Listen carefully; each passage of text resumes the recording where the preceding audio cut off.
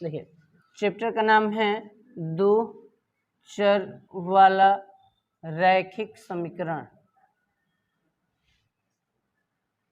रैखिक समीकरण, दो चर, चर का मतलब आप लोग समझते हैं जिसका मान बदलता रहता है, जैसे x y z p q r s, दो चर रहेगा, मान लो एक्स और वाई। और रैखिक समीकरण वो होता है जिसमें घात एक रहे और कहीं ना कहीं बराबर यानी समान का चिन्ह रहे।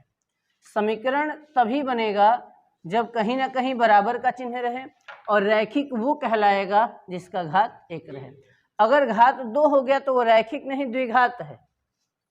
तो आपके लिए जरूरी है कि पूरे चैप्टर में घात एक ही रहे, और घात एक नहीं रहता है तो उसे घात एक बनाना पड़ेगा और उसके बाद हल किया जाएगा। तो दो चर यानी दो ऐसे मान जिसको ज्ञात करना होगा, जिसका मान हमें पता नहीं रहेगा। रैखिक यानी घात एक, और समीकरण का मतलब पूरे बहुपद में कहीं ना कहीं एक बराबर आ जाएगा, जैसे बराबर के बाद 0 आ जाए, या 2x बराबर 3y हो जाए, या 3x माइनस 5y इक्वल 0 हो जाए। ये दो चर वाले रैखिक समीकरण है। 3x माइनस 5y, तो x और y दो चर हो गए, घात एक ही है x पर भी और y पर भी, और कहीं ना कहीं बराबर है दिया हुआ है। तो घात एक होने की वजह से रैखिक हो गया, बराबर की वजह से समीकरण हो गया, और दो चर यानी एक x है एक y है, दो चर भी हो गया। इसका व्यापक रूप है, व्यापक रूप standard form ax plus by plus c बराबर 0। एग्जाम्पल देकर बताता हूं, जैसे 7x plus 5y plus 2 equal 0। तो x के गुणांक को a कहते हैं, गुणांक यानी x के साथ जो गुणा में हो। y के गुणांक को b कहते हैं, और जिसके साथ न x होता है और न ही y, अकेले रहता है, उसे अचर पद c कहते हैं, कांस्टेंट टर्म, अचर पद c कहते हैं इसे। c बराबर यहाँ है 2। तो a b और c, वैसे इसमें a b और c। तो आप लोग मुझे बताइए ABC का पहले सिलेक्शन करके, मैं यहाँ लिख रहा हूँ -2x plus 3y plus 6 equal 0। बताइए a का मान क्या है? 2 नहीं, -2, चिन्ह के साथ बताना है, -2। b का मान बताइए 3, y नहीं बोलना, सिर्फ 3, y के साथ जो मल्टीप्लाई में हो, यानी y का गुणांक कोफिशिएंट ऑफ y, यहाँ x का गुणांक -2 है, और कांस्टेंट यानी अचर पद कितना है? 6 है। तो ABC आप लोग पहचान जाओगे। घात सब में एक है, इसलिए रैखिक हुआ, बराबर होने की वजह से समीकरण हुआ, और दो चीजें हैं x और y, दो चर पद है, इसलिए दो चर वाला रैखिक समीकरण। एक्सरसाइज स्टार्ट करते हैं और देखते हैं उसमें किस टाइप का क्वेश्चन दिया हुआ है। पहले एक्सरसाइज में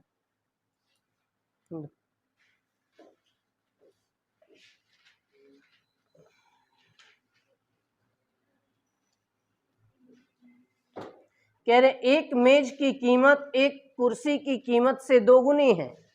तो मेज और कुर्सी दो चीजें हैं, एक को x मान लेंगे, एक को y।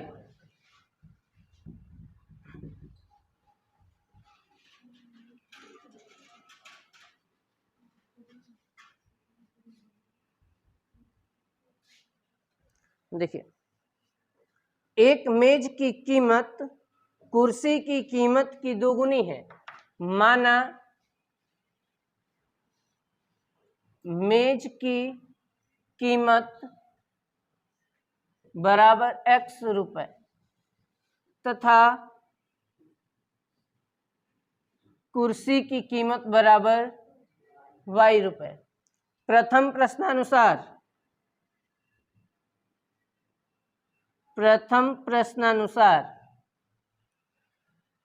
मेज की कीमत कुर्सी की कीमत से दोगुनी है, तो मेज है x, कुर्सी है y।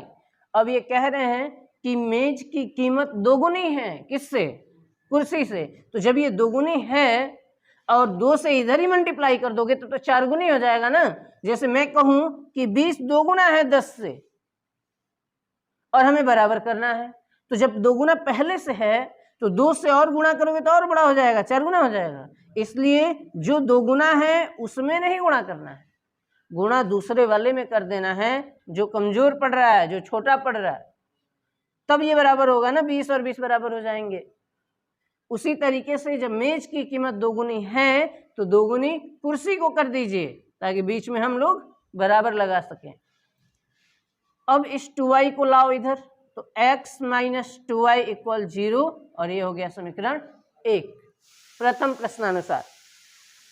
अब दूसरे वाले में कह रहे हैं कि इस कथन को निरूपित करने के लिए 2 चर वाला एक रैखिक समीकरण दीजिए। सेकंड अकॉर्डिंग टू क्वेश्चन है ही नहीं, कह रहे हैं बस इसी कथन को प्रदर्शित करने के लिए एक समीकरण बनाइए, तो हमने समीकरण बना दिया। एक्चुअली 2 चर वाले रैखिक समीकरण में 2 होते हैं समीकरण, एक समीकरण ये बन गया, एक और बनता, उन दोनों समीकरणों को जोड़ने या घटाने पर विलोपन विधि या प्रतिस्थापन विधि से हल होता है। लेकिन अभी क्लास का इंट्रोडक्शन है, ये 2 चर वाले रैखिक समीकरण का इंट्रोडक्शन है, इस वजह से आगे कुछ बोला ही नहीं इन्होंने। क्वेश्चन में बोल रहे हैं कि बस मेज की कीमत कुर्सी की कीमत की 2 गुनी है तो एक समीकरण बना के दिखा दीजिए। हमने एक समीकरण बना दिया, मेज की कीमत कुर्सी की कीमत की 2 गुनी है, तो मेज 2 गुना था, 2 गुना कुर्सी को कर दिए, दोनों बराबर हो गए और फिर 2y को पक्षांतर करके 0 ला दिए और यही समीकरण ही आपके लिए आंसर है। एक्सरसाइज लिख लेना 4A और क्वेश्चन नंबर फर्स्ट नोट करिए। अगले प्रश्न में कुछ जैसे सेकेंड के फर्स्ट में दिया हुआ 2x प्लस 3y 9.35 बार। एक और यहाँ 3 प्रश्न मैं लिख देता हूँ, x minus y upon 5 minus 10 equal 0। और थर्ड है minus 2x plus 3y equal 6। आपके पास 3 क्वेश्चन हैं, फर्स्ट सेकेंड थर्ड। इन तीनों को ax plus by plus c equal 0 के फॉर्म में लिखना है, यानी 2 चर वाले रैखिक समीकरण के रूप में ये लिखना है और इसमें abc का मान निकालना है। तो इसे अगर हम ध्यान से देखें तो c है लेफ्ट में, यानी अचर पद बाईं तरफ और दाहिनी तरफ क्या होना चाहिए 0। ax plus by plus c बराबर 0। और यहाँ मैं देख रहा हूँ कि ax प्लस by तो दिख रहा है, लेकिन दाहिनी तरफ अंक है जहाँ 0 होना चाहिए, उसको लेफ्ट में ला देते हैं, यानी c दाहिनी तरफ है, बस बाईं तरफ करिए और आंसर बता दीजिए। जैसे 2x प्लस 3y और इसको पक्षांतर करके इधर ला दो, माइनस 9.35 बार। और किससे तुलना करना है, इससे, तो इसका व्यापक समीकरण लिखो, ax plus by plus c बराबर 0 से तुलना करने पर तो यहाँ a की वैल्यू हो गया 2, यहाँ b की वैल्यू, c की बताइए माइनस 9.35 बार। ठीक इसी तरीके से यहाँ भी करना है, लेकिन यहाँ लेना पड़ेगा एलसीएम, बटे में है ना, एलसीएम लेना बेहतर होता है। यहाँ देखिए 5 यहाँ आएगा क्योंकि 5 तो इसके बटे में है नहीं, तो 5x माइनस वाई और 5 दहाँ 50, 0 5 से कर दीजिए गुणा, 5x माइनस वाई माइनस 10 बराबर 0। साधारण समीकरण हो गया, दाहिनी तरफ 0 ही है, इस 10 को लाना पड़ा नहीं क्योंकि ये पहले से ही लेफ्ट में है। यहाँ भी वही लिखोगे, ax plus by plus c बराबर 0 से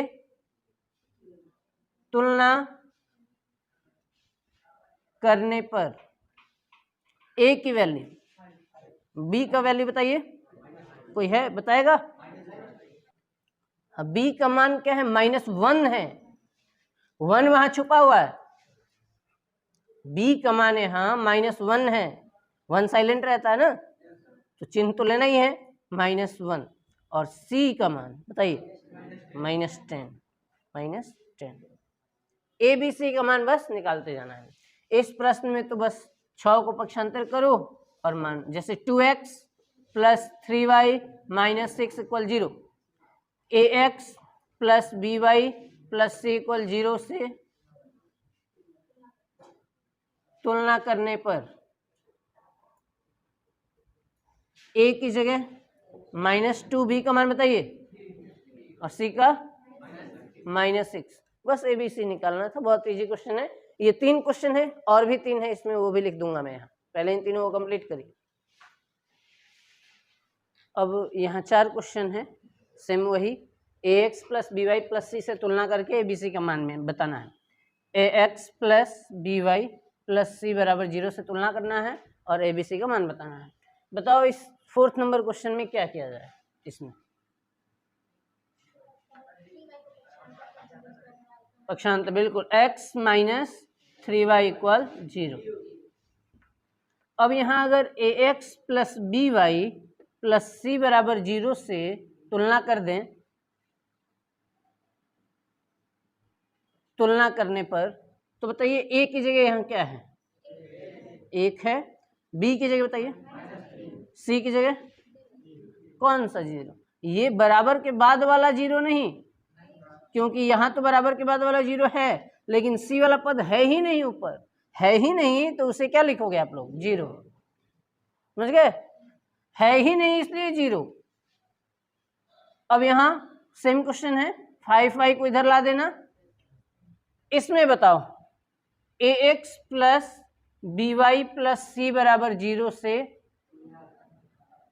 तुलना करने पर बताइए a की जगह क्या है, 3 है। b की जगह गधों, यहाँ y के साथ मल्टीप्लाई में है b, ऊपर है क्या कहीं y? ये y वाला टर्म है, ये तो नियतांक है, अचर पद है, ये c की जगह आएगा। ये y ढूंढिए इसमें कहाँ है, तो y का गुणांक 0 हुआ है, तभी तो y को उसने मल्टीप्लाई करके 0 किया है। तो y वाला टर्म है ही नहीं, तो y की जगह यानी b की जगह क्या आ जाएगा, 0, और c की वैल्यू 2 है। यहाँ से ax plus B Y plus C equal 0। बताइए a का मान बताइए, 1 कहाँ x है इसमें? जब x है ही नहीं तो x कहाँ गया, क्योंकि इसके साथ 0 रहा होगा, तभी तो उसने 0 से x में मल्टीप्लाई करके उसे 0 कर दिया है, और वो है ही नहीं, तो यहाँ है ही नहीं तो होगा 0। और ये y है तो b की जगह यहाँ 1 लिखा हुआ है, यानी 1 साइलेंट है यहाँ, और c का मान -2। इस तरीके से आपको सेलेक्ट करना है, नोट करिए इसे। 3rd नंबर क्वेश्चन में एक इक्वेशन दिया हुआ y इक्वल 3x प्लस 5 का, और हमारे पास कुछ ऑप्शन हैं। ऑप्शन है एक अद्वितीय हल, एक अद्वितीय हल, दूसरा ऑप्शन है केवल 2 हल, और तीसरा ऑप्शन है अपरिमित रूप से अनेक हल। बताना है कौन सा ऑप्शन सही है। अपरिमित रूप से अनेक हल इसका जवाब होगा, क्योंकि पहले इन तीनों का मतलब समझो। अद्वितीय तब होता है जब केवल एक ही आंसर मिले आपको।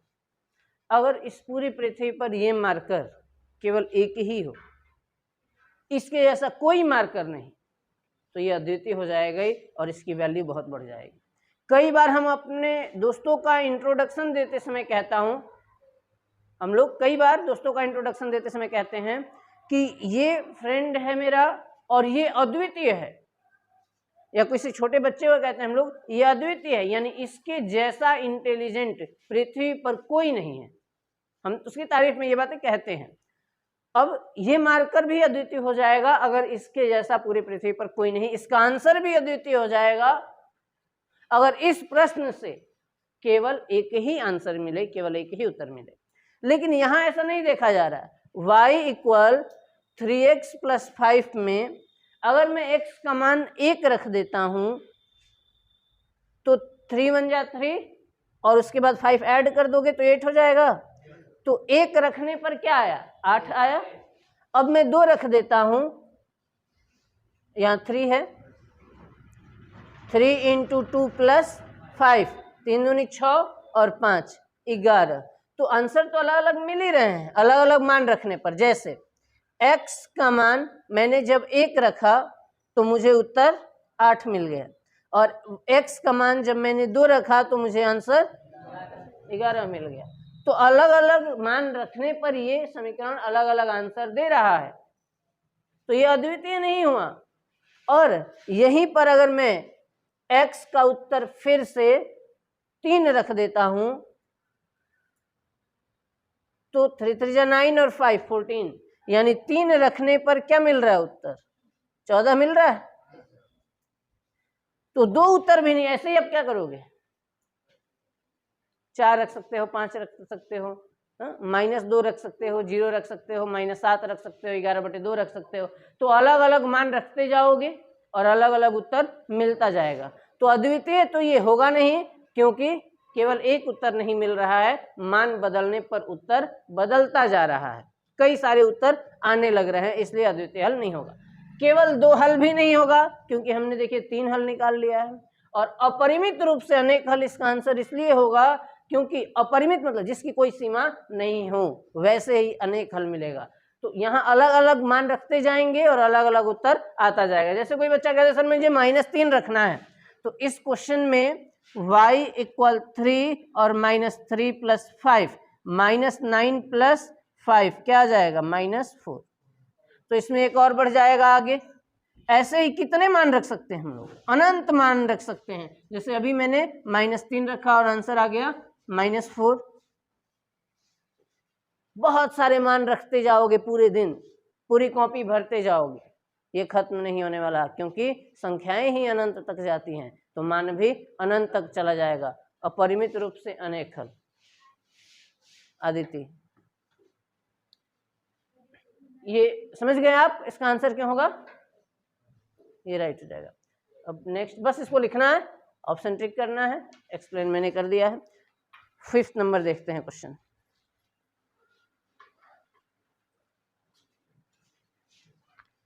Sorry 4th number.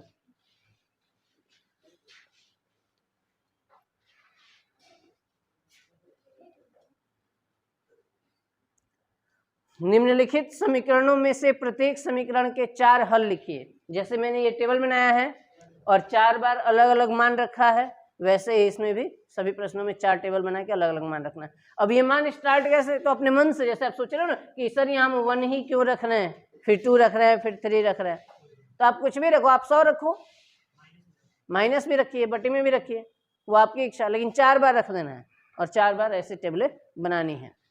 तो शुरू करते हैं, देखते हैं क्या होता है इसमें।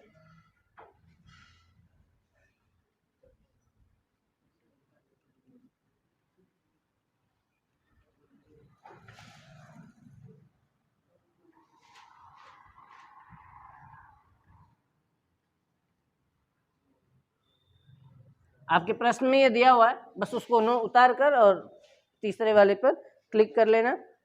अभी 4th नंबर बताए, समझ में आ रहा है।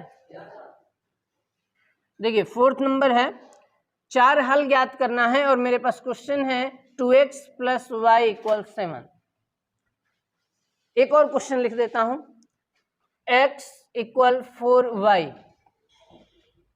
और अगर आप एक क्वेश्चन है बुक में जिसे देख रहे होगे कि पाई है, पाई x + y = 9, तो इसे भी कर दिया जाएगा। पाई को 22/7 लिख देंगे, या पाई को पाई छोड़ते चले जाओ, बस x का मान रखते चले जाओ। पहले इस पर ध्यान देंगे, ये अगर समझ में आ जाता है तो फिर पाई वाला करूंगा। देखिए ऐसे क्वेश्चन में पहले या तो x या y को अकेले कर लिया जाता है, यानी उसका मान निकाल लिया जाता है। यहाँ देख रहा हूँ कि x के साथ 2 है, यहाँ देख रहा हूँ y अकेले है, तो y का मान निकालना आसान है। y = 7 और ये जो 2y है इसको पक्षांतर कर दीजिए, सॉरी 2x है, पक्षांतर करके इसी को बना देना है समीकरण। इसके बाद आप x दाहिनी तरफ है तो x का मान रखते जाओगे, वो आपके ऊपर डिपेंड करता है आप क्या बोल रहे हो। लेकिन अगर ग्राफ बनाने की जरूरत पड़ी तो छोटे मान ही साधारण तौर पे रखे जाते हैं। ऐसा नहीं है कि एक बार 1 रखे और एक बार 1000 रख दिए, 5000 रख दिए, बीच में ज़्यादा गैप आ जाएगा तो हमें ग्राफ पेपर पे पैमाना जो मानना पड़ेगा वो थोड़ा हार्ड हो जाएगा। होने को तो सब होता है, लेकिन एक सीक्वेंस बना के रखेंगे तो क्वेश्चन आसानी से सॉल्व होगा। चलिए यहाँ x का मान आप लोग बताइए, x बराबर क्या रखूं बताइए, 1। x बराबर 1 रखने पर y की वैल्यू 7 - 2 और x की जगह क्या रखना है 1, तो y 7 - 2 क्या आया 5। आप एक टेबल बना के रेडी रखिए, 4 बार इस टेबल को भरना है, यहाँ x यहाँ y।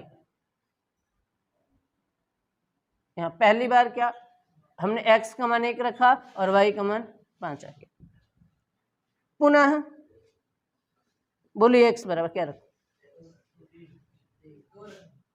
2 रखने पर, यहीं से रखना बार बार, y इक्वल 7 - 2 इंटू 2, 7 - 4 कितना आया 3, x का मान 2 रखने पर आया 3।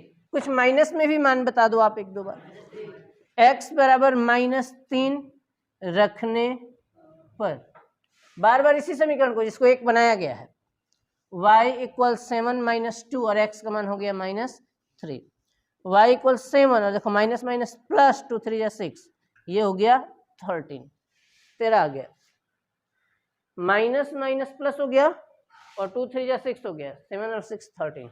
आप लोगों ने कहा -3 रखने को, तो आंसर मिला 13। एक बार और x बराबर क्या रखो, बोलिए ना आप लोग कुछ, -5 रख लो, -5 रखने पर 0 रख लेते एक बार, कुछ भी रखना, y इक्वल 7 - 2 और ये जो x है इसके लिए क्या रखना -5 आपने बताया, y equal 7 - 10, minus minus plus हो गया और ये हो गया 17 यानी 17। आपके -5 पर आंसर मिला 17। ये 4 हल हो गए, इतना सा क्वेश्चन करना है। अब अगर आपको डाउट हो रहा है इस पाई पर, तो इसमें भी y का मान निकालिए। ये क्वेश्चन शायद सेकंड है और ये थर्ड है, तो देखें इसको हल करता हूं पाई वाले को, इसमें भी y का मान निकालिए, तो 9 माइनस में चला जाएगा पाई x, x है वो, यहां पर एक बार 0 रख लो, एक बार 1 रख लो, एक बार 2 रख लो, -5 रख, कुछ भी 4 बार रखना ही तो है, इसे समीकरण 1 बनाइए और x बराबर 0 रखने पर y बराबर 9 - पाई इंटू 0, 0 के साथ पाई में गुणा 0 हो गया तो सिर्फ 9 बच गया ना। और फिर एक टेबल बना देता हूं मैं, चलिए मैं टेबल यहां बना देता हूं, ये अगले क्वेश्चन का है लेकिन टेबल यहां बना देता हूं, जगह नहीं है अभी। यहाँ x y और ऐसे 4 भाग में डिवाइड करता हूँ, क्या रखा मैंने x की जगह 0 और आंसर मिल गया 9। x बराबर -1, चलिए -1 रखने पर, -1 रखने पर यहाँ y इक्वल 9 - पाई और x की जगह -1, y equal 9 minus minus plus pi, बस छोड़ दो। पाई अलग मान है, पाई का मान अगर आप चाहें तो 22/7 रख के एलसीएम लेके कर सकते हो, लेकिन पाई के रूप में छोड़ दीजिए, कोई दिक्कत नहीं। x की वैल्यू -1 और 9 प्लस पाई, ऐसे कुछ भी रखो। x बराबर 2 रखने पर,